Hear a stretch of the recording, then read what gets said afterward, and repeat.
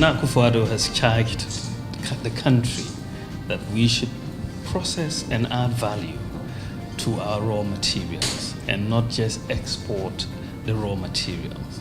So today I came to the Ghana Free Zones Board and the Free Zones Enclave to see how production was taking place within the enclave. I am here with Patience, who heads the Ghana Akolo, who heads the Ghana Free Zones Board, and also Charity Sakite Mrs., who is the head of Barry Callebaut here in Ghana. We came to see how cocoa was being processed on the ground. And it is very, very heartwarming to see the process take place, and also to note that the jobs that are being created, the company is being manned by Ghanaians. And this is what we like to see because it creates jobs. We also came here to get a very good understanding of the sort of challenges, because we are not satisfied with the level of processing of cocoa, for example, in Ghana. We want to see much greater volumes being processed, which means more exports, more jobs. So we also wanted to understand some of the challenges that a company like Barry Callebaut faces. You have other companies which will face similar challenges.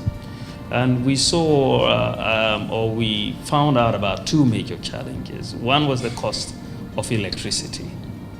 At 23 cents, I think Mrs. Charity Sakite mentioned that it's too expensive. Yes. They are paying higher than what even the ECG charges. And we will look into that and see how to, because the economics of that is not very sound if we want to encourage more production.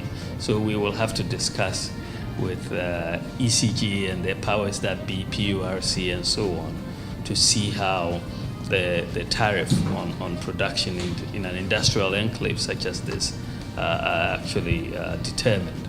Another issue that I think they've been kind to point out is the ability to obtain the major crop at a discount. They normally get the light crop at a discount, but when it comes to the major crop, I think Cocoa Board doesn't give them a discount on that. Yes. And they would want to get at least a 5% discount so that they can really increase the capacity of production. And I think that a lot of cocoa processing companies are handicapped by the absence of such a discount. Yeah. The argument is that if you can give a 5% discount, in fact, production could be easily doubled in terms of processing in Ghana as a whole. And a lot of the cocoa processing companies are not operating to capacity because of this. So I think we will have to look into that particular matter with Cocoa Board as well.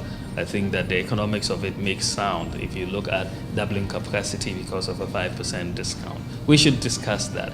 But I think those two matters we've found out are very, very important, and we'll look at it. But we want to encourage more and more production, processing of not raw materials, not just in cocoa, but in products across the range. This is just one example, but we've got to give the encouragement and remove the obstacles to companies such as this, these who want to actually add value to our raw materials. So I congratulate you for the work that you're doing. Thank you very it's much. clear that the Ghanaians are in control. Thank you very much, sir, for coming. Yeah, well, We are really indeed grateful to have you here and to have a look at our processes. And we also thank you for hearing us and for looking into our issues, the challenge of energy we will. and also the main cost. We will. Yeah, thank you very much. Thanks so much. All right, thank you.